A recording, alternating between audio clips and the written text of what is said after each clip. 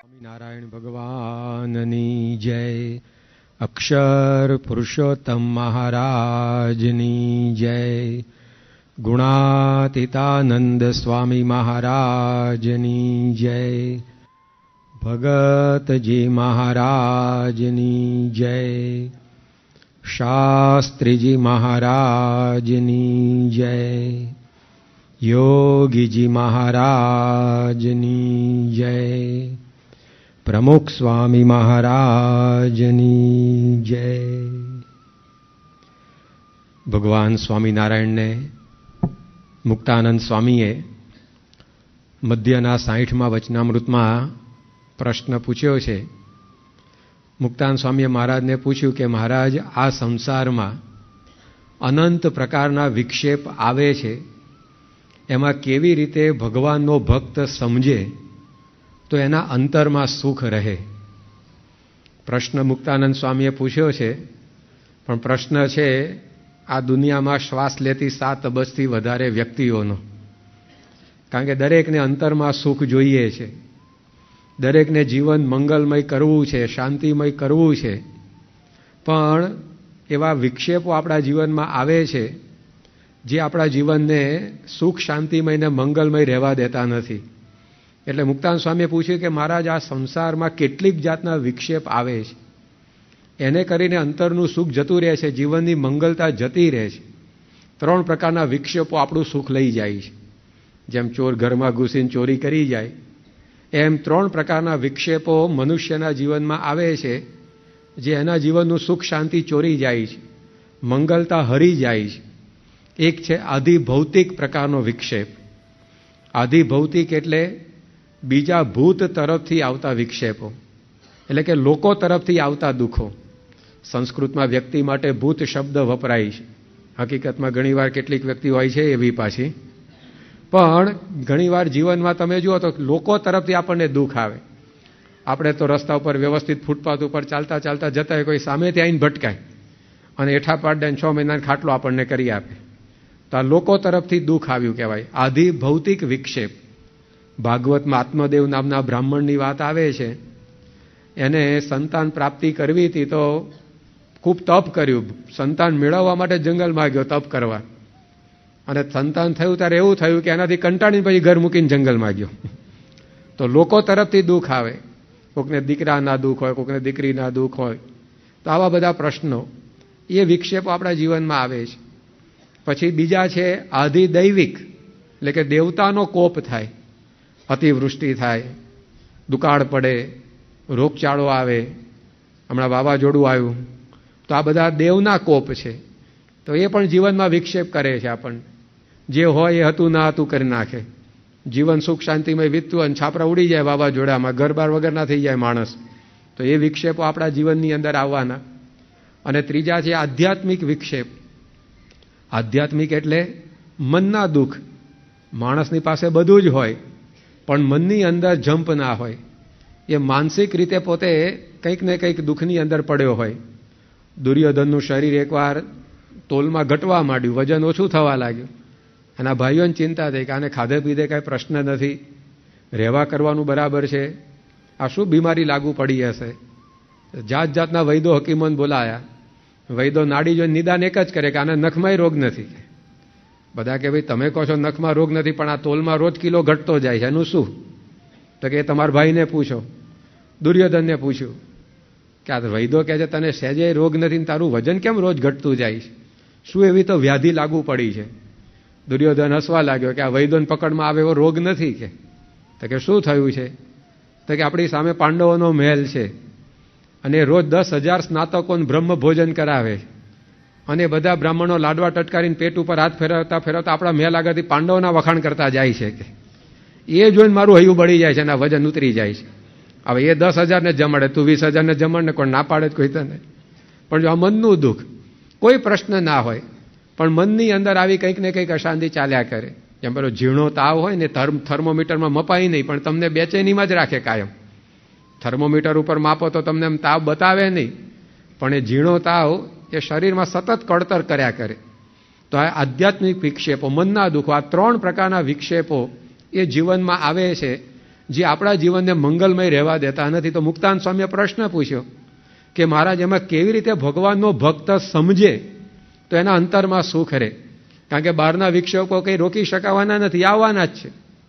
જેમ ચોમાસું આવે એટલે વરસાદ પડે, જે વરસાદ કંઈ આપણે રોકી શકવાના નથી. પણ વરસાદથી બચવો તો આપણે છત્રી લાવવી પડે, આપણે રેનકોટ પહેરવો પડે, આપણે ઘરમાં ભરાઈ રહેવું પડે, એટલું આપણે કરી શકીએ. વરસાદ રોકાવાનો નથી. શિયાળો આવે એટલે ઠંડી પડવાની જ છે. એ કંઈ રેગ્યુલેટર આપણા હાથમાં નથી કે ઓછી વધતી કરી દઈએ. એ ઠંડી પડશે, તમારે સ્વેટર, શાલ, મફલર ઓઢવા પડશે, તમારે હીટરની બાજુમાં બેસવું પડશે, સગડીની બાજુમાં બેસવું પડશે. એટલું આપણા હાથમાં છે, પેલું આપણા હાથમાં નથી. ઉનાળો આવે એટલે ગરમી પડે જ. એ કંઈ સૂર્યનું રેગ્યુલેટર આપણા હાથમાં નથી કે ઓછી 23 ડિગ્રી ટેમ્પરેચર કરી દે એટલે ચિંતા નહીં કોઈ.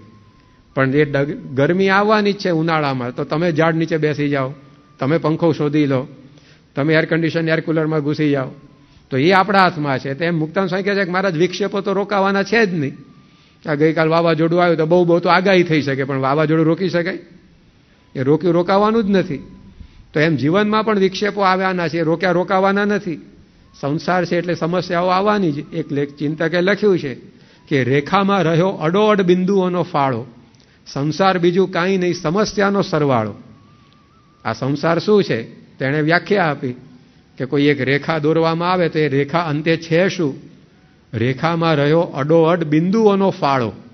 એક ટપકાને બીજું ટપકું, બીજા બિંદુને ત્રીજું બિંદુ, એમ અડીને એક ટપકાઓ ગોઠવાય એટલે એક લીટી દોરાય. એમ સંસાર પણ બીજું કાંઈ નહીં, સમસ્યાનો સરવાળો. આવવાના જ છે પ્રશ્નો.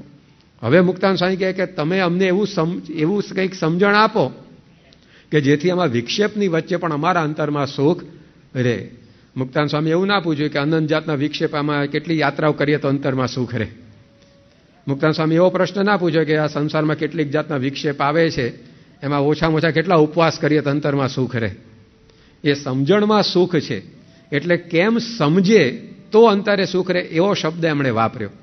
કેટલા ઉપવાસ કરીએ, કેટલી યાત્રા કરીએ, કેટલા હોમ હવન કરાવીએ, કેટલા શાસ્ત્રો વાંચીએ, એવો પ્રશ્ન ના પૂછે. કેમ સમજે? કારણ કે સમજણ જેટલી જીવનમાં આવે એટલું જીવન સુખ શાંતિમય ને મંગલમય બને છે. મહારાજે સારંગપુરના 18મા વચનામૃતમાં લખ્યું કે જે સમજવું હોય તે જ સુખી થાય છે. મહારાજ એવું ના કહ્યું કે જે બંગલાવાળો હોય તે જ સુખી થાય છે. એનો અર્થ એવો નથી કે તમારે હોય તો કાઢી નાખો, રાખો, અમારું ઉતારામ કોક દાડ કામમાં આવશું તો. પણ મહારાજ કહે છે કે બંગલો હોય કે ના હોય, પણ સમજણ હશે તો સુખી થશો. મહારાજ એવી વાત ના કરી કે જેની જોડે મર્સિડીઝ ગાડી હોય તે જ સુખી થાય છે. હોય તો કાઢી ના નાખતા, કોક દાડ પધરામણીમાં લઈ જઈશું તમારી ગાડી. પણ ગાડીથી આપણે સુખી થઈશું તો મહારાજ કહે તમારું અજ્ઞાન છે. જેટલી સમજણ, જો જનક પાસે મહેલ હતો પણ સમજણ હતી તો એ સુખી રહ્યો. શબરી પાસે ઝૂંપડી હતી પણ એને સમજણ હતી તો એ સુખી રહી. તો મહેલ ને ઝૂંપડી ગૌણ બાબત છે. કરોડ રૂપિયા હોવા કે ફૂટી કોડી પણ ન હોવી એ ગૌણ બાબત છે. ગાડી હોવી કે સાયકલ હોવી એ ગૌણ બાબત છે. સમજણ હોવી જોઈએ જીવનમાં. મુક્તાનંદ સ્વામીએ લખ્યું જ્ઞાન બિના દુઃખ પાવત દુનિયા. એમણે એવું ના લખ્યું કે અમેરિકન સિટીઝનશીપ વિના દુઃખ પાવત દુનિયા. જ્ઞાન હશે તો ગમે ત્યાં જશો તો સુખ રહેશે, અને જ્ઞાન નહીં હોય તો ચંદ્રલોકમાં કે સ્વર્ગલોકમાં અશાંતિ રહેવાની છે. નિષ્કુળાનંદ સ્વામી પણ આ વાત કરે છે. સખી સમજણમાં ઘણું સુખ છે. શું બતાવ્યું સુખનું સરનામું, મંગલતાનું મૂળ? સખી સમજણમાં ઘણું સુખ છે. એવું ના લખ્યું કે સખી 7 માળના બંગલામાં ઘણું સુખ છે. નરસિંહ મહેતો આ જ વાત કરે છે, સમજણ વિના સુખ નહીં જંતને. તો બધાનો આ એક જ સૂર છે. તો મુક્તાનંદ સ્વામી એટલે પૂછ્યું કે મહારાજ, આ વિક્ષેપોથી બચવા માટે શું અમારે સમજવું? કરવાનું ઓછું છે સુખી થવા માટે, સમજવાનું છે. આપણે એવું માનીએ છીએ કે સુખી થવા માટે કંઈક કરવું પડશે. સુખી થવા માટે એર કન્ડિશન લાવવું પડશે, સુખી થવા માટે ઘરમાં ફ્રીજ લાવવું પડશે, સુખી થવા માટે ઘર ઘંટીને વોશિંગ મશીન તો જોઈશે જ, એમના નહીં જ સુખી થવાય. આવું આપણે માનીએ. કંઈક કરવું પડે, કંઈક લાવવું પડે. મહારાજ કહે છે કે સમજવાનું છે જીવનને મંગલમય કરવા. તો પ્રશ્ન એ પૂછ્યો કે શું સમજવાનું તો અંતરમાં સુખ રહે? તો મહારાજ એનો જવાબ બહુ સરસ રીતે શરૂ કર્યો. શ્રીજી મહારાજ કહે છે કે એનો ઉત્તર તો જેમ અમને વર્તાય છે તેમ કહીએ છીએ. મહારાજે એવી વાત ના કરી કે તમારે અંતરમાં સુખ જોઈએ છે, જીવન મંગલમય કરવું છે તો પશ્ચિમના ફલાણા તત્વચિંતકે ફલાણી વાત કરી છે પ્રમાણે તમે રહેજો તો તમને સુખ શાંતિ મળી જશે, એવું ના બોલ્યા. મહારાજ એવું પણ નથી કહેતા કે ભાગવતના ફલાણા સ્કંદમાં ફલાણા શ્લોકમાં આવી વાત લખી જે પ્રમાણે તમે રહેજો તમને સુખ શાંતિ થઈ જશે. મહારાજ એવું પણ નથી કહેતા કે શાસ્ત્રોમાં મેરુ પર્વત સોનાનો કયો છે એમાંથી 2 કિલોનું એક ગચ્ચું લઈ આવજો એટલે તમને સુખ શાંતિ થઈ જશે. મહારાજ શું કહે છે કે જેમ અમને વર્તાય છે તેમ કહીએ છીએ. એટલે કે એમના જીવનની અંદર કોઈ પ્રકારનો વિક્ષેપ એમને નડ્યો નથી. જેમ અમને વર્તાય છે એમ કહીએ છીએ એનો અર્થ શું થયો કે મહારાજને પોતાના જીવનમાં ગમે તેવા વિક્ષેપોમાં પણ અંતરમાં સુખ રહ્યું છે તે કઈ સમજણથી રહ્યું છે મહારાજ એ હવે હું તમને ક્યાં કહું છું. મહારાજના જીવનમાં કેટલા ભયંકર વિક્ષેપો આવ્યા છે, જો એમાં પણ એમનું જીવન મંગલમય રહ્યું છે. ત્યાં જૂનાગઢમાં જમવા બેઠા સદાવ્રતમાં તો 18 વખત ઉઠાડ્યા. લો, એક જગ્યા મહારાજ જમવા બેઠા તો બાબા આવ્યા કે ઈધર નહીં આગે જાઓ.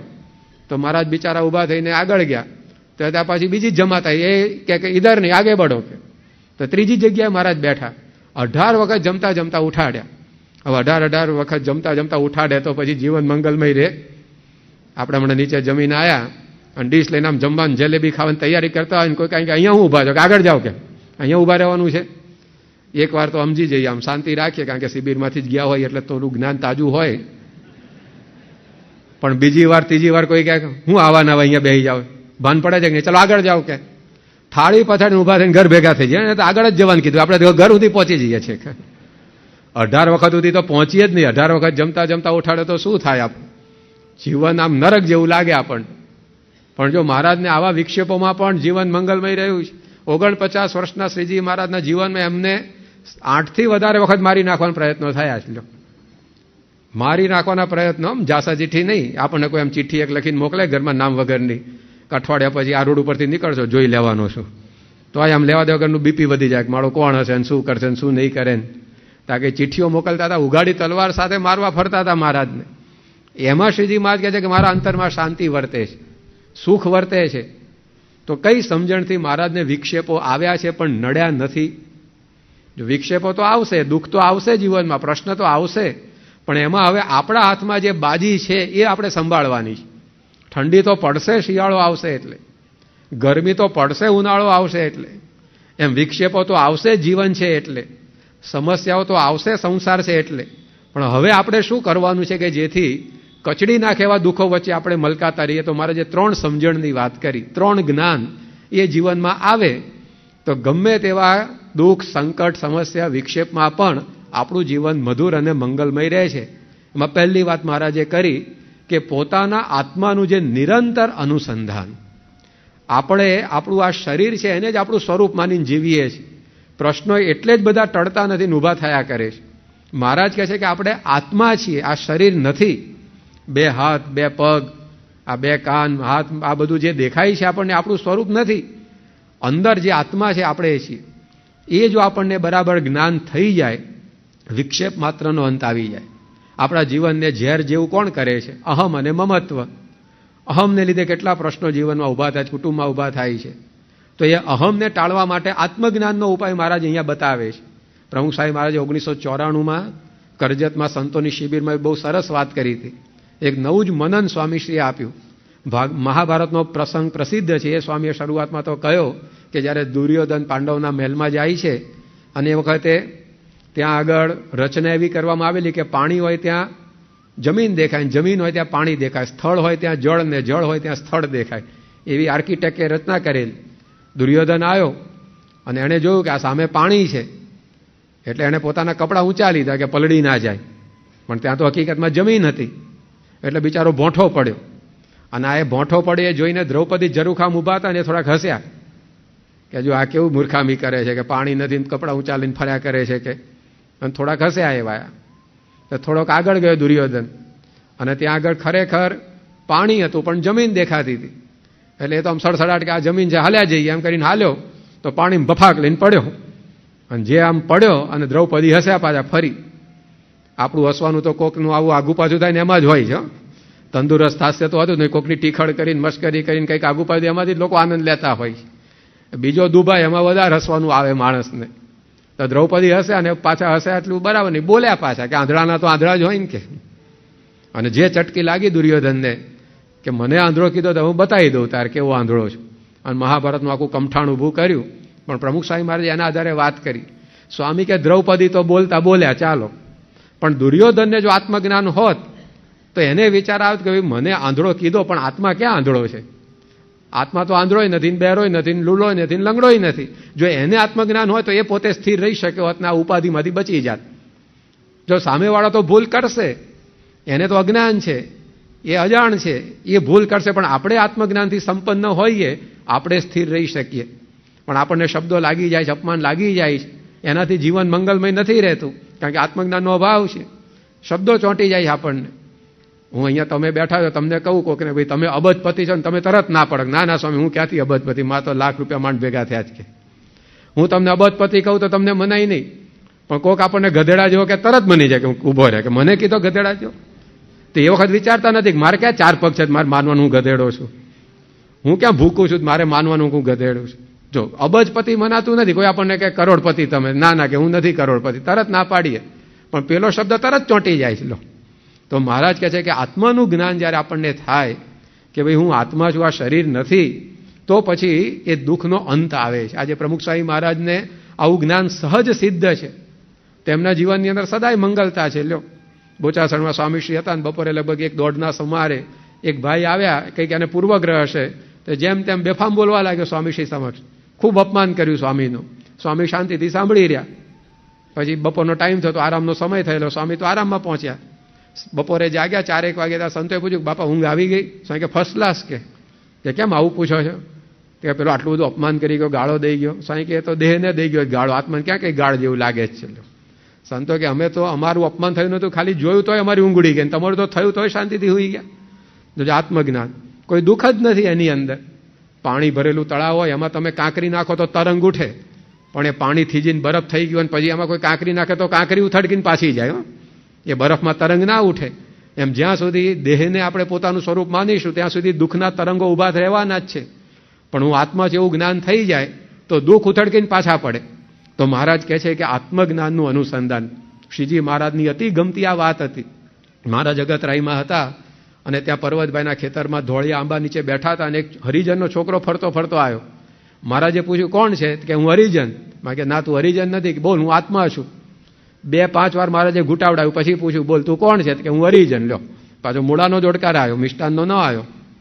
પછી મહારાજે 15 વાર ઘૂંટાવડાવ્યું, 25 વાર ઘૂંટાવડાવ્યું, તો એ પાછો પૂછે કે કોણ છે? તો હરિજન છું એમ જ બોલે. તો 100 વખત મહારાજે ઘૂંટાવડાવ્યું, હું આત્મા છું, આત્મા છું, આત્મા છું એમ બોલાવડાવ્યું. પછી મહારાજે પૂછ્યું બોલ તું કોણ છે? તો પેલો છોકરો સમજી ગયો છે કે જ્યાં સુધી હું આત્મા છું એમ નહીં કહું ત્યાં સુધી આ મને છોડશે નહીં. એટલે મહારાજને કીધું કે તમે વાહે પડી ગયા એટલે કહું છું આત્મા છું, બાકી છું તો હરિજન જ, એમ કહીને ભાગી ગયો. પણ શ્રીજી મહારાજ કહે છે કે આ કેવું જડાઈ ગયું છે એને પોતાના દેહનું અભિમાન. પણ જો એક નવો સવો છોકરો જેના ગળામાં કંઠી નથી, કપાળમાં તિલક ચાલો નથી, એનો બાપ સત્સંગી નથી, એની 7 પેઢીમાં સત્સંગ નથી, તોય મહારાજને આગ્રહ ના આને આત્મજ્ઞાન મારે દ્રઢ કરાવવું છે, કારણ કે તો જ સુખી થશે. અને બીજી બાજુ પોતાના પરમહંસો પીએચડીના વિદ્યાર્થીઓ કહેવાય, જેણે શ્રીજી મહારાજ માટે ઘરબાર છોડ્યા, કુટુંબ પરિવાર છોડ્યા, વાડી વજીફા છોડ્યા, 108 પ્રકરણમાંથી પસાર થયા, સખત ઉપાધિઓ સહન કરી, એને મહારાજે લેસન શું આપ્યું? માનો ચૈતન્ય રૂપ તમારું દુઃખરૂપ દેહ તેહથી નાર્યું. આપણે આત્મા નહીં દેહ. તો આ વાત મહારાજે કરી તો પહેલો જ દિવસ જેનો સત્સંગમાં છે એને પણ આ પાઠ, અને જેણે સત્સંગમાં 50 વર્ષ કાઢી નાખ્યા છે એને પણ આ જ લેસન. કારણ કે એના વગર છૂટકો નથી, એના વગર અંત જ નથી આવવાનો અમંગલતાનો, દુઃખનો.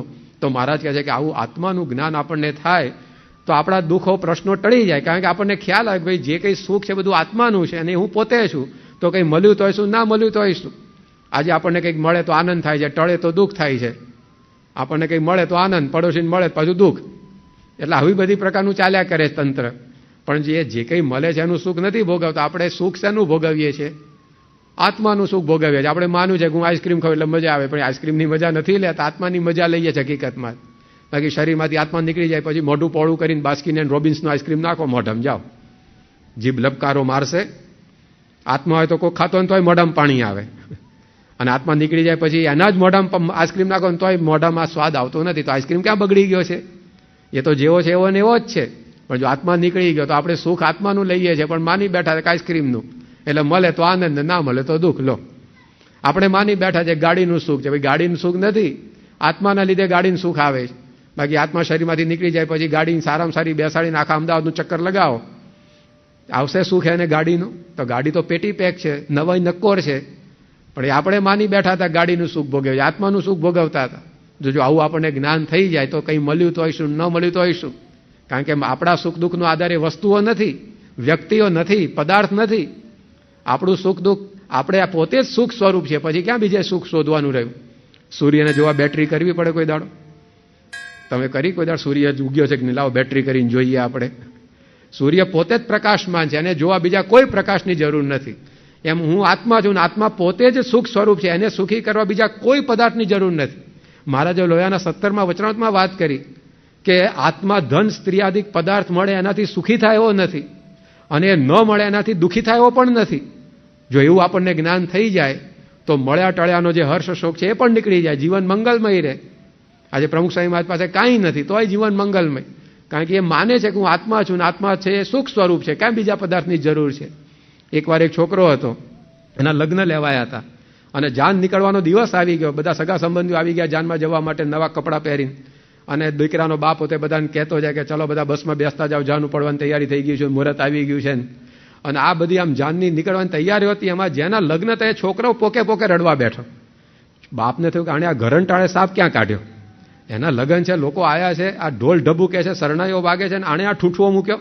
એટલે ખૂણામાં લઈ ગયો, પાછો જાહેરમાં કંઈક પૂછે ને ધજાગરો કરે તો. એટલે ખૂણામાં લઈ જઈ પીઠ ઉપર હાથ પસવારતા પસવારતા પેલો બાપ છોકરાને પૂછે છે કે બેટા આ તું કેમ આજે રડે છે? આજે તારા લગ્ન છે. તો પેલો કે બાપુજી તમે બધાને કહો છો જાનમાં લઈ જાઓ, જાનમાં બેસી જાઓ, જાનમાં તૈયાર છે, નીકળવાની તૈયારી છે, તો બધાને તમે જાનમાં લઈ જશો, પણ મને વિચાર થયો કે મને લઈ જશો કે નહીં જાનમાં? તો પેલા 2 લાફા વળગાડ્યા એને. એટલે મૂર્ખા તારા લીધે તો જાન છે કે અમે 500 જણા જાનમાં જઈએ પણ તું ન આવે ને તો પેલી કન્યા અહીંયા ન આવે, અને તું એકલો જાય ને અમે 500 અહીંયા રહીએ ને તોય તું કન્યાને લઈને આવે. મોટે ભાગે આ રીતે લઈને આવતા હોય છે અત્યારે તો બધાને ઘેર રાખીને. પણ છોકરાને ખબર જ નહીં કે આ મારા લીધે આ બધું જાનૈયાઓ બધા ભેગા થયા છે, એમાં આત્માને લીધે બધું સુખ છે આપણે ભૂલી ગયા છે, એટલે રડારોડ કરીએ છીએ કે આ મળ્યું ના મળ્યું. પેલો છોકરો રડારોડ કરતો હતો કે મારા લીધે જાન છે, ભૂલી ગયો હતો. એમ આપણા લીધે આ બધું ગાડીનું સુખ છે, બંગલાનું સુખ છે, આત્મા આપણે છીએ. આવું જ્ઞાન થઈ જાય તો જીવન મંગલમય બની જાય. એટલે મહારાજ કે પહેલું જ્ઞાન આ શીખવાનું છે, આ સમજણ, એનાથી જીવન મંગલમય બનશે. ઘરમાં નવી વસ્તુ આવી કે ન આવી એ ગૌણ બાબત છે, આ જ્ઞાન આપણા જીવનમાં આવવું જોઈએ. બીજી વાત કરી, મહારાજ કહે છે કે જગતના નાશવંતપણાનું અનુસંધાન, આ સાંખ્ય જ્ઞાન છે. જે કંઈ આ દુનિયામાં બધું આપણને દેખાય છે, વસ્તુઓ, વ્યક્તિઓ, એ બધું જ નાશવંત છે. અહીંયા કાંઈ સ્થિર નથી. આ જ્ઞાનને શું કહેવાય? સાંખ્ય જ્ઞાન. પ્રભાતે ફૂલડિયા ખીલે, સાંજે તે કર્માયેજી, નિત્ય બાગમાં નવીન કળીઓ ખીલીને ખરી જાયેજી, શ્રાવણ મહિનાની વાદળિયું વાયુથી વેરાયેજી, એની પેઠે સગા સહોદર થાય ને વળી જાયેજી. આ જગત આવું છે કે સવારના પોરમાં આપણે બગીચામાં આંટો મારવા જઈએ, સરસ ફૂલો ખીલ્યા હોય, એની સુગંધથી આપણું મન તરબતર થઈ જાય. પણ એ જ બગીચામાં સાંજે લટાર મારવા જઈએ તો જે ખીલેલા હોય ખરી ગયા હોય કે કરમાઈ ગયા હોય. તો એવી પ્રકારે આ જગતની અંદર જે આજે છે કાલે નથી રહેવાનું, એવું નાશવંત છે. સરતીથી સંસાર, જે સતત સર્યા જ કરે, ચાલ્યા જ કરે, સ્થિર ન રહે, એનું નામ સંસાર છે. તો આવું નાશવંતપણાનું જ્ઞાન, એને મહારાજે કીધું કે સાંખ્ય જ્ઞાન જો હોય તો આપણા જીવનમાં મંગલતા રહે.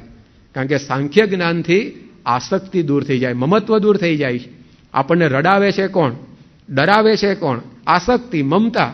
દલપતરામે હરિલીલામૃતમાં લખ્યું, નિજનું કરી જે મનાય છે, ક્ષય થાતા દિલ દુઃખ થાય છે, મમતા જો મનમાં ન હોય તો દિલ દુઃખ ન ધરે કોઈ. તો જે આપણને પોતાનું મનાય છે, આ મારું, અને એ જ્યારે આપણી પાસેથી જાય ત્યારે આપણને દુઃખ થાય છે. કારણ કે આપણું મન એમાં ચોંટી ગયું, મારું દેખ માન્યું એટલે. પરંતુ આ દુનિયામાં કશું મારું નથી, કશું આપણું રહેતું નથી. યાદ રખ સિકંદર કે હૌસલે તો હાલી થે, જબ ગયા વો દુનિયા સે દોનો હાથ ખાલી થે, અદના હો યા આલા હો સબકો લौट जाना है, મુફલિસ ઓર તવંગર કા કબ્ર હી ઠિકાના હે. ક્યાં કઈ રહેશે આ દુનિયાની અંદર? શું આપણું છે? કશું જ માણસ પાસે રહેતું નથી, બધું મૂકીને જતો રહેતો હોય છે. ગુણાત્યાન સ્વામીએ કહ્યું કે આપણી નાતમાં 100 વર્ષ પહેલાનું અત્યારે કોઈ નથી, અને અત્યારે જે છે એમાંથી 100 વર્ષ પછી કોઈ રહેવાનું નથી. તો આ શું બતાવે છે? કે આ સંસાર નાશવંત છે કોઈ નાતમાં 100 વર્ષનું અત્યારે? અને અત્યારે આપણે જે બેઠા એમાંથી 100 વર્ષ પછી કોઈ રહેવાનું છે? કોઈને રહેવું જ કહેજો, અભિષેક કરશું. પણ રહેવાયું નથી. આ ભેળસેળના જમાનામાં ક્યાં પત્તો પડે એવો છે. તો સ્વામી કે લાખ પ્રયત્ન કરવા છતાં પણ અહીંયા આપણે ટકી શકવાના નથી. આવું જો મનાય તો કોઈ જગ્યાએ આપણને મમતા ના થાય કે ભાઈ બધું એકવાર મૂકીને જવાનું છે, શું કરવા એમાં ચીજ ચોંટાડવાનું મારે, અને નકામું દુઃખી થવાનું ને. ટપાલીને આપણે બધાએ જોયો છે, જોજો. ટપાલી પોતાના ઇસ્કોતરામાં લગ્નની કંકોત્રી, મરણના કાગળને બધું લઈને ફરતો હોય. જેના ઘરમાં લગ્નની કંકોત્રી આપે ને એ ઘરમાં આનંદ ઉલ્લાસ છવાઈ જાય. કે વાહ ફલાણા ભાઈના લગ્ન છે, આપણે આમ કપડાં પહેરશું ને આમ ફરશું ને તેમ કરશું ને બધા મજામાં આવી જાય. જેના ઘરમાં જઈને મરણનો કાગળ આપે એ ઘરમાં શોક છવાઈ જાય કે લો આપણા સારા સંબંધી હતા ને ઉપડી ગયા, બહુ હારા હતા, નામ હતા ને તેમ હતા, બધા કકડાટ કરવા માંડે. હવે એ જ બે કાગળ, લગ્નની કંકોત્રી મરણના કાગળ ટપાલીના હાથમાં હોય છે, પણ ટપાલીને આનંદ થાય છે લગ્નની કંકોત્રી હાથમાં હોય તોય? એની એ જ કંકોત્રી સામે જાય તો આનંદ થાય. એનું કારણ શું?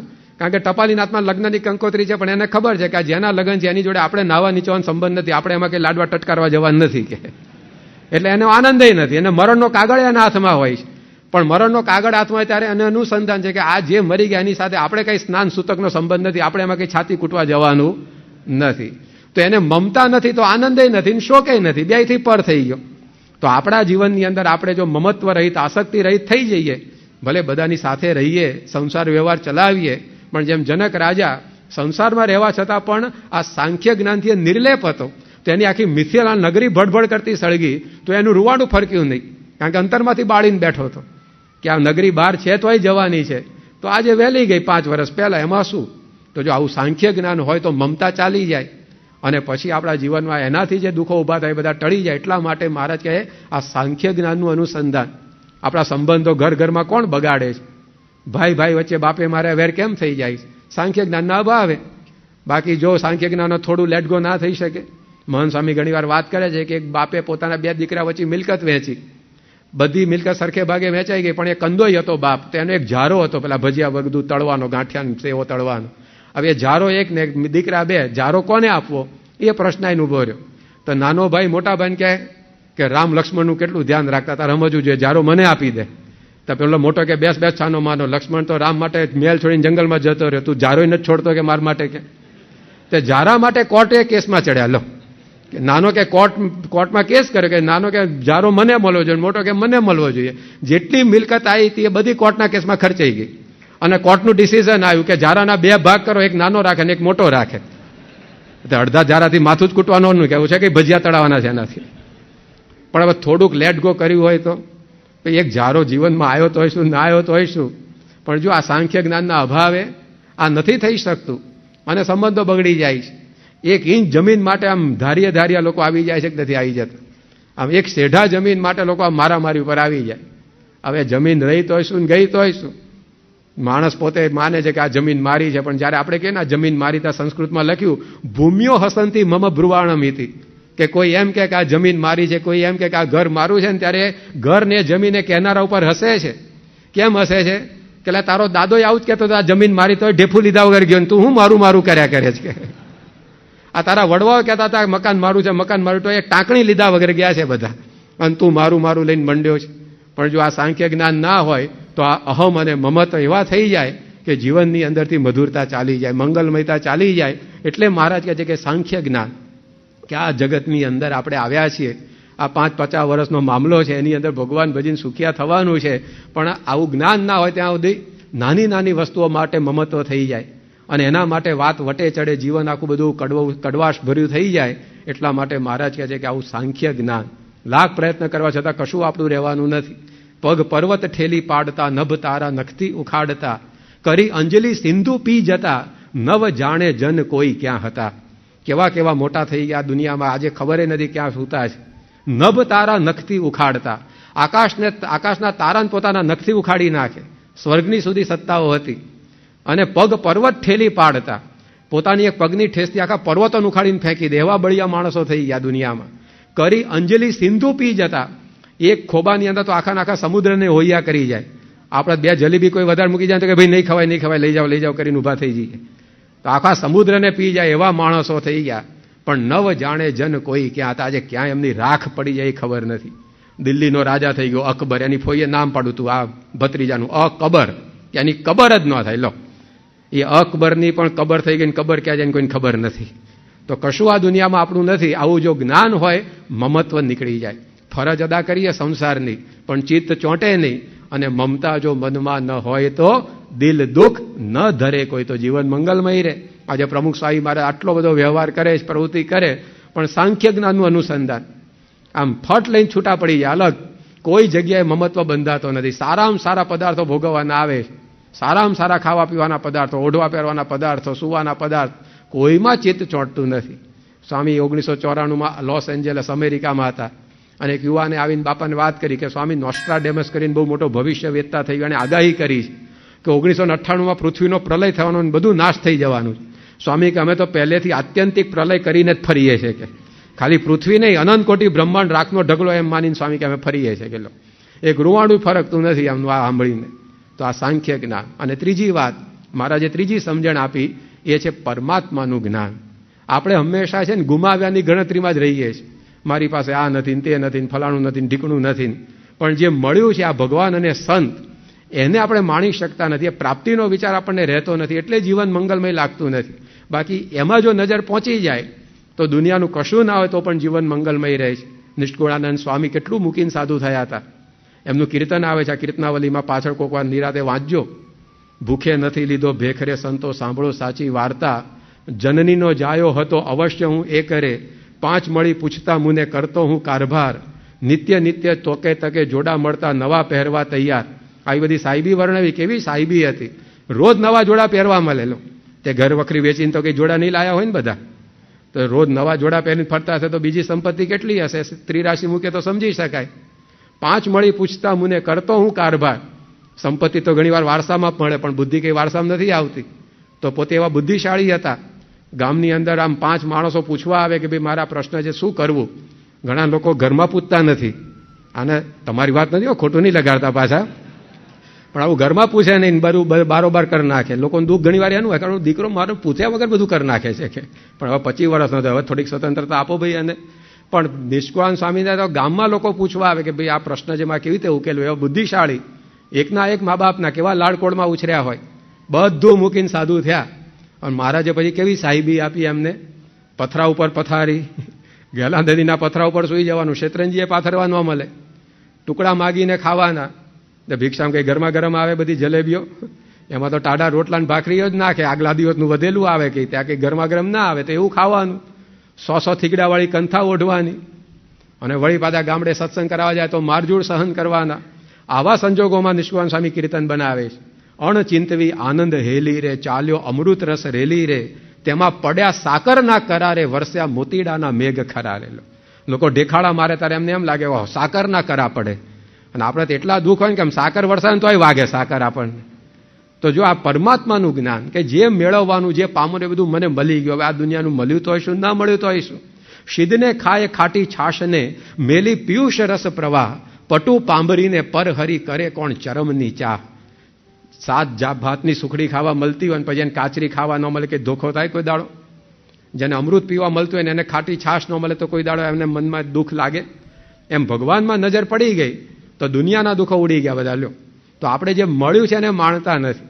આપણાને ઘણી વાર આ વિચારો કે મારી પાસે આ નથી ને તે નથી, મારી પાસે મર્સિડીઝ નથી ને મારી પાસે આવો બંગલો નથી ને આવો સોફો નથી ને આવું ટીવી નથી ને આવો મોબાઈલ નથી. એટલે પણ પ્રમુખ સ્વામી મહારાજ છે એનો તો આનંદ લેતા શીખીએ આપણે. આપ ચાલો મર્સિડીઝ નથી પણ પ્રમુખ સ્વામી મહારાજ તો છે ને આપણી પાસે, તો એનું સુખ નહીં લેવાનું.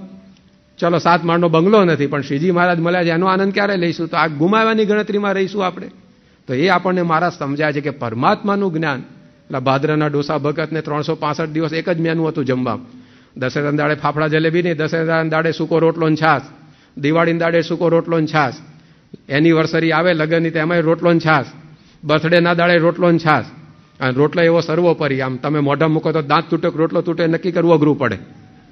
અને છાશ પણ એવી જોરદાર કે એક સબડકો મારો ને 33 કરોડ એન્ટેના ઊભા થઈ જાય શરીરના. આવી છાશ ને આવો રોટલો ક્ષમતા હતા. તો પેલા નગર શેઠને જવાબ શું આપ્યો? લુખું ખાય હરામ ખાય, અમે તો મહારાજને સંભાળીને જમીએ છીએ, લુખું તો દુનિયા ખાય છે. લ્યો કેટલો કેફ. તો કે સોનાના નળે આવ્યા હતા મકાન ઉપર, એને ગાર માટીના ઝૂંપડા મારીને આવી જિંદગી જીવી ગયા મંગલમય. કારણ શું? આ મહારાજ મળ્યાનું જ્ઞાન હતું, એ મહિમા સમજાઈ ગયો. તો એની એ જ પ્રાપ્તિ આપણને પણ છે. તો આપણને આ જ્ઞાનમાં જેટલી નજર પહોંચે એટલું જીવન મંગલમય આપણને થાય.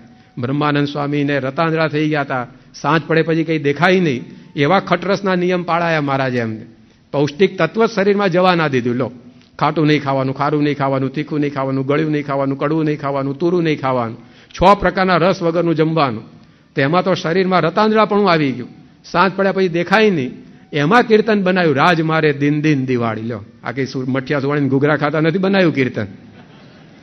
આપણે તો ઘૂઘરા મઠિયા ખાતા ખાતા દિવાળીના દાડે હોળી હોય ઘણા. લો પણ આવા મારઝૂડની અંદર દિન દિવાળી તો શું હતું એમની પાસે? પરમાત્માનું જ્ઞાન હતું, ભગવાન શ્રીજી મહારાજનું જ્ઞાન હતું. તો આપણને પણ એ મહારાજ આજે પ્રમુખ સ્વામી મહારાજ દ્વારા મળ્યા છે. તો મહારાજ કહે છે કે આ ત્રણ જ્ઞાન, આત્મજ્ઞાન, સાંખ્ય જ્ઞાન ને પરમાત્મા જ્ઞાન, એ જ્યારે જીવનમાં આવે છે, ગમે તેવા વિક્ષેપોમાં પણ અંતરમાં આપણને સુખ રહે, જીવન મંગલમય રહે. તો એ જ્ઞાનથી ને સમજણથી જીવન મંગલમય બનશે. આ વસ્તુઓથી નથી બનતું, સમજણથી બને છે. અને સમજણ ક્યારે સિદ્ધ થાય છે?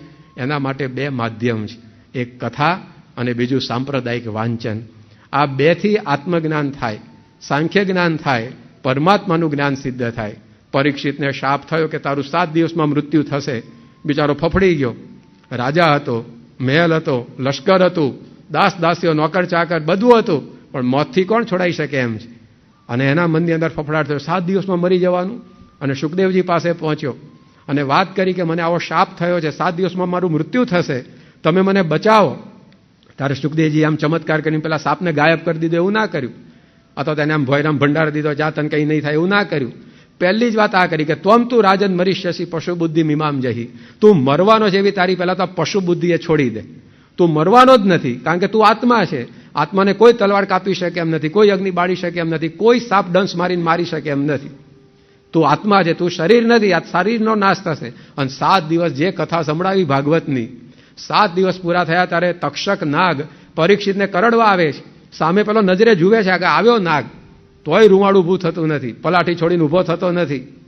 અને સાપ એને કરડ્યો ત્યારે શું બોલે છે? અહમ બ્રહ્મ પરમ ધામ, બ્રહ્માહમ પરમમ પદમ. હું આત્મા છું, અક્ષર છું, બ્રહ્મ છું. શરીર મારું નાશ થશે, શરીર પડવાથી હું તો ભગવાનના ધામમાં જવાનો છું. એમ કહીને ઉપડી ગયો ભગવાનના ધામમાં. જો આ કથાથી જ્ઞાન સિદ્ધ થઈ ગયું. પહેલા 7 દિવસ પહેલા સાપ જોયો નહોતો ને તોય ફફડતો હતો, અને 7 દિવસ પછી નજર સામે નાગને જુએ છે ને તોય હલતો નથી. કેટલો નિર્ભય નિશ્ચિંત થઈ ગયો. તે આત્મજ્ઞાન આવ્યું ક્યાંથી? કથા સાંભળી. તો આપણના જીવનની અંદર પણ આવું જ્ઞાન કથાથી આવી રીતે સિદ્ધ થતું હોય છે. એટલા માટે સ્વામી આપણને 3 આયોજન આપ્યા છે કે ઘર સભા, પરાસભા ને રવિ સભા. આ 3 સભાઓ, એના દ્વારા આ 3 જ્ઞાન એ આપણને સિદ્ધ થાય છે. આ સભાઓનું આયોજન જે સ્વામી બાપા આપણને આપે છે એ કંઈ ટાઈમ વેસ્ટ કરવાની વાત નથી, એ ઇન્વેસ્ટમેન્ટ થાય છે આપણું. એમાંથી આવી સમજણ આવે, એની અંદરથી આપણને આ જીવન મંગલમય બને. પણ 3માંથી આપણે એક કથામાં બેસીએ નહીં અને પછી બળાપો કાઢે કે જીવન મંગલમય નથી, કેમ પ્રશ્નો છે, સત્સંગ છે તો આમ કેમ થાય છે. પણ સ્વામી કે આપણે લાભ લઈએ આનો નિયમિત, તો આપણા જીવનની અંદર રૂપાંતર થાય. આપણને ઉગારવા માટે આ વસ્તુઓ આપી છે. એકવાર એક શહેરમાં પૂર આવ્યું અને પૂરની અંદર પાણી બધા ઘરોમાં ભરાવા લાગ્યા. રાહત ટુકડીઓ જીપ લઈને નીકળી પડી. અને જે કોઈ માણસો ફસાઈ ગયા હતા, ભરાઈ ગયા હતા, બધાને જીપમાં બેસાડીને બહાર કાઢવા માંડ્યા. એમાં એક માણસ અંદર ફસાઈ ગયો તો એને કીધું જીપવાળાએ કે બેસી જાઓ, અમે તમને બચાવવા આવ્યા છીએ. તો કે ના, મને ભગવાનમાં વિશ્વાસ છે, ભગવાન મને બચાવશે, કે મારે તમારા જીપમાં નથી બેસવું. તે ના બેઠો. ધીમે ધીમે પાણીની સપાટી વધવા લાગી. જીપ ચાલી શકે એવી રહી નહીં, એટલે હોડીઓ દ્વારા રાહત ટુકડીઓ નીકળી અને હોડીમાં બેસાડીને બધાને બહાર કાઢવામાં આવ્યા. એમાં પેલા માણસ પાસે હોડીવાળા પહોંચ્યા અને એને કીધું જો આ પાણી વધતું જાય છે, જલ્દી હોડીમાં બેસી જાઓ, નહીં તો તણાઈ જશો. કે ના, મને ભગવાનમાં વિશ્વાસ છે, હું ભગવાનનું ભજન કરું, ભગવાન મને બચાવશે, તમારે હોડીમાં નથી બેસવું. તે ના બેઠો. એમાં પણ પછી તો પાણી એટલું બધું વધ્યું કે અગાસીમાં પહોંચી ગયો બિચારો, અને ત્યાં આટા ફેરા મારતો હતો. હોડીઓ પણ ચાલી શકે એવી રહી નહીં, એટલે હેલિકોપ્ટર દ્વારા રાહત ટુકડીઓ નીકળી લોકો ભરાઈ ગયાને બચાવવા માટે. અને આને અગાસીમાં આમ તેમ ફરતો જોયો એટલે હેલિકોપ્ટરવાળાએ નીચે લાવીને કીધું કે ભાઈ તું જલ્દી આ સીડી લટકાવે છે, બેસી જાય હેલિકોપ્ટરમાં, તને લેવા જ આવ્યા છીએ. પેલા કે ના, મને ભગવાનમાં વિશ્વાસ છે, ભગવાન મને બચાવશે, તમારે હેલિકોપ્ટરમાં નથી બેસવું. કે તેમાંય ના બેઠો. અને પછી પાણી એવું વધ્યું અને પાણી ભેગો તણાઈને ખંભાતની ખાડી ભેગો થઈ ગયો અને ભગવાન પાસે પહોંચ્યો અને ભગવાનનો ઉધડો લેવા માંડ્યો. તમે કેવા છો કે હું તમારું ભજન કરતો તોય બચાવવા ન આવ્યા? કે મને હોડીવાળા, જીપવાળા, હેલિકોપ્ટરવાળા બેસવાનું કહેતા હું એમાં ના બેઠો કે ભગવાન મને બચાવશે, અને તમે તો મને બચાવવાય ના, હું તણાઈ ગયો. ત્યારે ભગવાન બોલ્યા કે હોડી કોણે મોકલી હતી તને બચાવવા માટે? જીપ કોણે મોકલી હતી તને બચાવવા માટે? હેલિકોપ્ટર કોણે મોકલ્યું હતું તને બચાવવા માટે? એ બધું મેં જ મોકલ્યું હતું, પણ તું એકેમાંથી ગોઠવાય નહીં કસામાં, અને પછી તણે જેમાં હું શું કરું? કે એમ પ્રમુખ સ્વામી મહારાજ આપણને બચાવવા માટે ઘર સભા મોકલી છે, આપણને બચાવવા માટે પરાસભા મોકલી, આપણને બચાવવા રહી સભા મોકલી. 3માંથી એકેમ આપણે ગોઠવાય નહીં, પછી બાળાપો કાઢે બાપાએ આપણું કંઈ દોડ્યું નથી, ક્યાંથી દોડે? પછી એકાદમાં તો ગોઠવાવ ભાઈ તમે. આ ઘર સભા જીપ જેવી છે, ફટલીને બેસી જવાય. એમાં પરાસભા હોડી જેવી છે, થોડોક દાખલો કરવો પડે બેસવું હોય તો. અને આ રવિ સભા હેલિકોપ્ટર જેવી છે, પણ એકમાં તો બેસવું પડે કે ના બેસવું પડે? તો સ્વામી કે આ કથા વાર્તા આપણે સાંભળીએ, એમાં આ સંસાર સાગરમાંથી ઉગરી જઈએ. આ ઝેર સમો લાગતો આરે સંસારીઓ મળતા અમૃત થાય. આ ઝેર જેવો સંસાર છે, લોકો એની અંદર રીબાય છે, પીડાય છે, પીલાય છે. પણ આ ત્રણમાંથી એકમાં આપણે બેસીએ, ત્રણમાં બેહવાનું હોય, પણ ત્રણમાંથી એક સ્વામી કહેતા એટલે કન્સેશન ના ગોતતા પાછા. પણ આપણે બધું કરવાનું છે, એમાંથી આ ક્યારે કયો શબ્દ લાગી જાય ખબર ન પડે આપણને. તો આ કથા વાર્તાનો આગ્રહ આપણા જીવનમાં રાખીએ.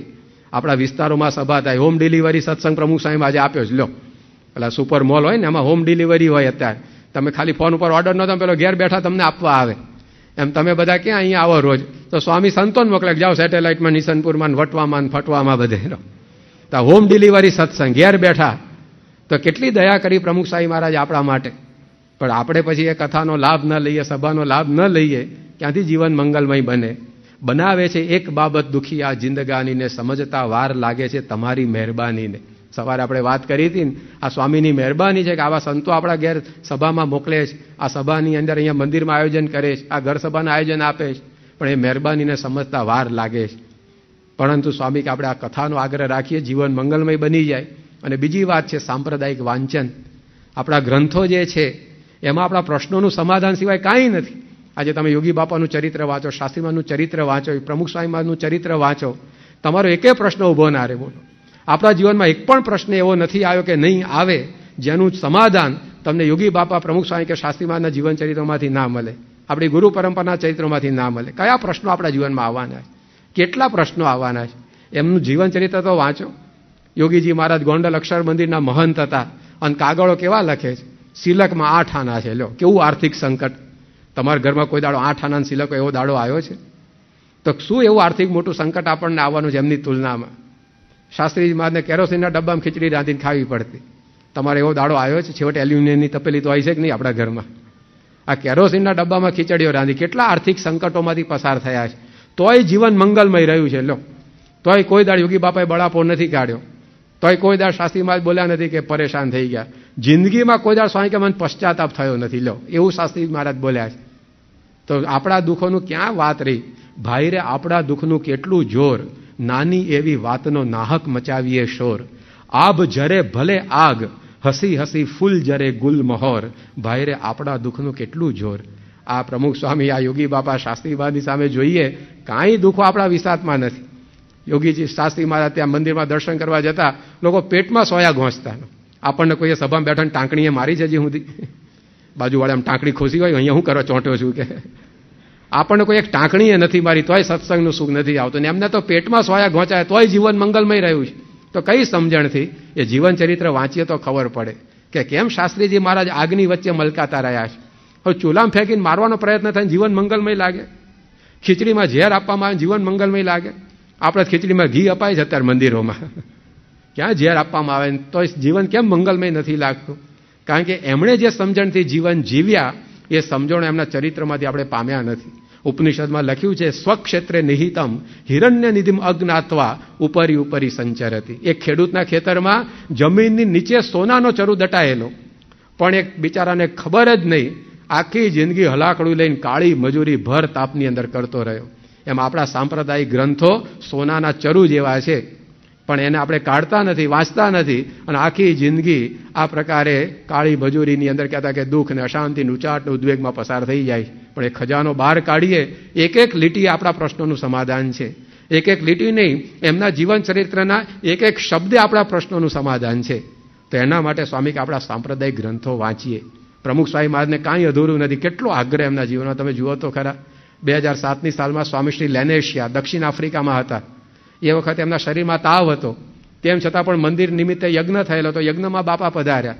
પછી મુલાકાતીઓ આવ્યા, તો મુલાકાતો ચાલી, મિટિંગો કરી. પછી એ દિવાળે એકાદશી હતી. હવે સ્વામીને ફરાળ બહુ ફાવતું નથી. એકાદશી આવે ને ફરાળ જમે એટલે શરીરમાં કંઈક નાની મોટી તકલીફ ઊભી થાય જ. એક તો તકલીફ હતી તાવની, એમાં બાજુ ફરાળ કર્યું એટલે શરીરમાં તકલીફમાં વધારો થયો. આખી દિવસની આવી શ્રમભરી દિનચર્યા, એમાં રાત્રે 9:15 વાગે બાપા ફરાળ કરીને પરવારે. એટલે સંતોએ કહ્યું, સ્વામી હવે કોઈ પત્ર લખવાનો બાકી નથી, કોઈ મિટિંગ પણ નથી, કોઈ મુલાકાતી પણ નથી, આખા દિવસના આપે પરિશ્રમ લઈને થાક્યા છો, શરીરમાં તાવ પણ છે, તો હવે આરામ કરો. આમ સ્વામીનો સુવાનો સમય રાત્રે 10:15નો, પણ 9:15 વાગ્યા હતા અને સંતોએ આવ્યું તાવ ને બધું જોઈને કહ્યું કે તમે આરામ કરો. તો સ્વામી આરામમાં ના ગયા. સ્વામીએ ટીપો ઉપર બાજુમાં એક પુસ્તક પડ્યું હતું, એ ઉપાડ્યું, આખું પુસ્તક વાંચવા લાગ્યા. 1 કલાક નોન સ્ટોપ પુસ્તક વાંચીને પૂરું કરી નાખ્યું, 70 પાનાનું પુસ્તક.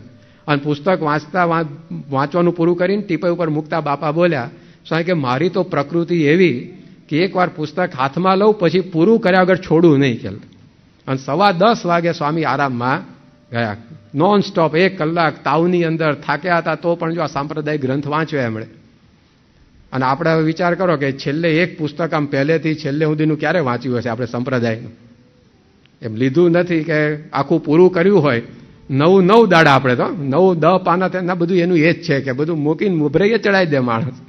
પણ છેલ્લે એક ક્રિકેટ મેચ શરૂથી અંત સુધી ક્યારે જોઈ હતી છેલ્લે? કે પરમ દાડે 2020 હતી કે.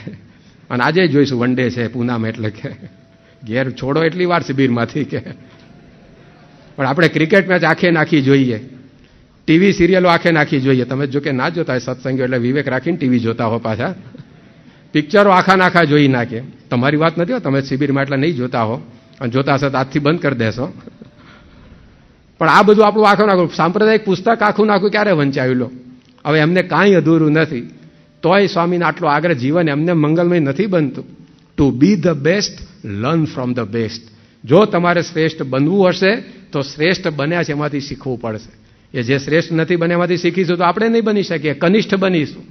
તો પ્રમુખ સાહેબ આજે પોતાનું જીવન આવા સાંપ્રદાયિક વાંચનથી મંગલમય બનાવ્યું છે. સંસ્થાનું કોઈ પણ પ્રકાશન પ્રકાશિત થાય, પહેલું જો કોઈ પણ એને વાંચતું હોય કે સાંભળતું હોય ને આજની તારીખે પણ, તો એ પ્રમુખ સ્વામી મહારાજ. એ પડ્યું નથી કે વાંચ્યું નથી, પડ્યું નથી કે સાંભળ્યું નથી, આટલો આગ્રહ છે એમના જીવનમાં.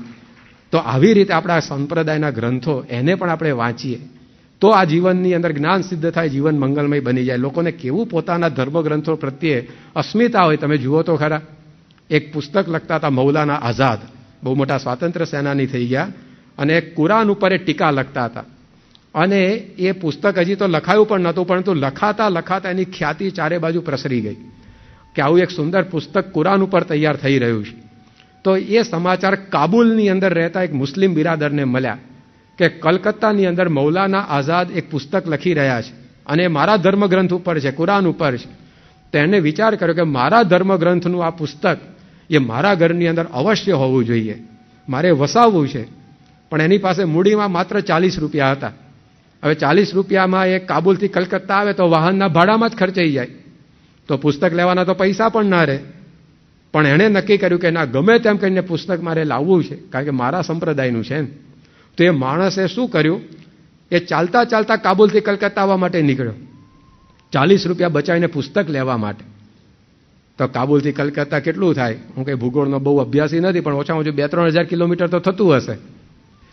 આટલા હજારો કિલોમીટરનો પ્રવાસ એણે પગપાળા કર્યો અને કલકત્તા પહોંચ્યો. ત્યાં પૂછ્યું કે મૌલાના આઝાદનું ઘર ક્યાં? તો કોઈએ બતાવ્યું કે આ ફલાણી શેરીમાં રહે છે. તો ત્યાં આગળ પહોંચ્યો, સવારના 4 વાગે જઈને બારણે ટકોરો માર્યો. હવે એ જ વખતે પેલા મૌલાના આઝાદ આખું પુસ્તક લખીને પહેલા પાના ઉપર આ પુસ્તક કોને અર્પણ કરવું એનું નામ લખવાનું વિચારતા બેઠા હતા. લેખકો ઘણીવાર પોતાના પુસ્તકના પહેલા પાને લખતા હોય છે ને કે આ પુસ્તક હું આને અર્પણ કરું છું. કોઈક પોતાના પત્નીને અર્પણ કરે, જો અર્પણ કરવા જેવા હોય તો. કોઈક પોતાના પિતાને અર્પણ કરે, કોઈક પોતાના બાપને અર્પણ કરે, કોઈ પોતાના પતિને અર્પણ કરે. તો આવી રીતે લેખકો આમ પહેલા પાને નામ લખતા હોય છે. તો મૌલાના આઝાદ વિચારતા કે આ પુસ્તક આટલું સુંદર અફલાતુન તૈયાર થયું છે, જેવા તેવા નામ પહેલા પાને લખવું નથી, કોનું નામ લખવું એ વિચારતા હતા. પેલો બારણે ટકોરો પડ્યો. મૌલાનાને થયું કે આ 4 વાગે સવારમાં કોણ આવ્યું હશે. બારણું ઉગાડીને જોયું તો પેલો મુસાફર ઊભો હતો. પૂછ્યું કે કોણ છો, ક્યાંથી આવો છો, શા માટે આવ્યા છો? પેલાએ કહ્યું કે મેં એવું સાંભળ્યું છે કે તમે કુરાન ઉપર એક પુસ્તક તૈયાર કર્યું છે. એ પુસ્તક લેવા માટે 40 રૂપિયા બચાવી હું કાબુલથી કલકત્તા સુધી અહીંયા પગે ચાલીને આવ્યો છું.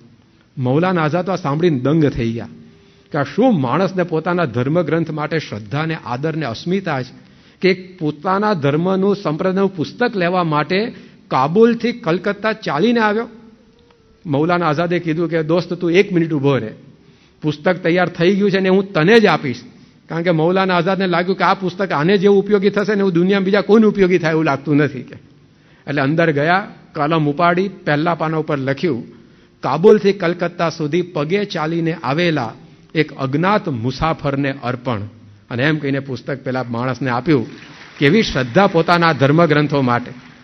તો આપણા ધર્મગ્રંથો વસાવવા માટે આપણા ઘરમાં વચનામૃત, આપણા ઘરમાં સ્વામીની વાતો, આપણા ઘરમાં જીવન ચરિત્રો વસાવવા માટે આપણે કેટલાક હજાર કિલોમીટરનો પગપાળા પ્રવાસ ખેડવો પડે એમ છે. અહીંથી બુક સ્ટોલ સુધી જવાનું છે 200 મીટર દૂર.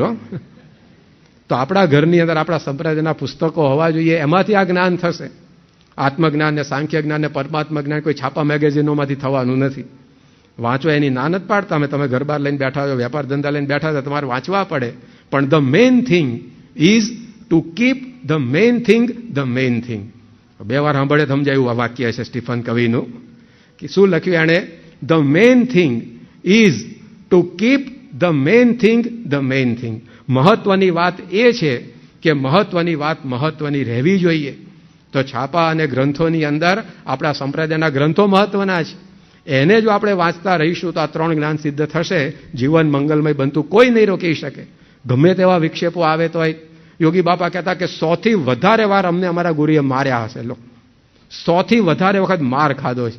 અને તો 1970માં ધામમાં જવાના 1 વર્ષ પહેલા યોગીજી મહારાજના અંગ્રેજ પત્રકારે ઇંગ્લેન્ડમાં પૂછ્યું, જિંદગીમાં કોઈ દિવસ તમને મૂંઝવણ થઈ છે? યોગી બાપા બોલ્યા, જિંદગીમાંય નહીં. 100થી વધારે વખત માર ખાવો પડ્યો હોય ને જિંદગીમાં મૂંઝવણ ના થાય? કેટલું મંગલમય જીવન. તો શું હતું યોગી બાપા પાસે?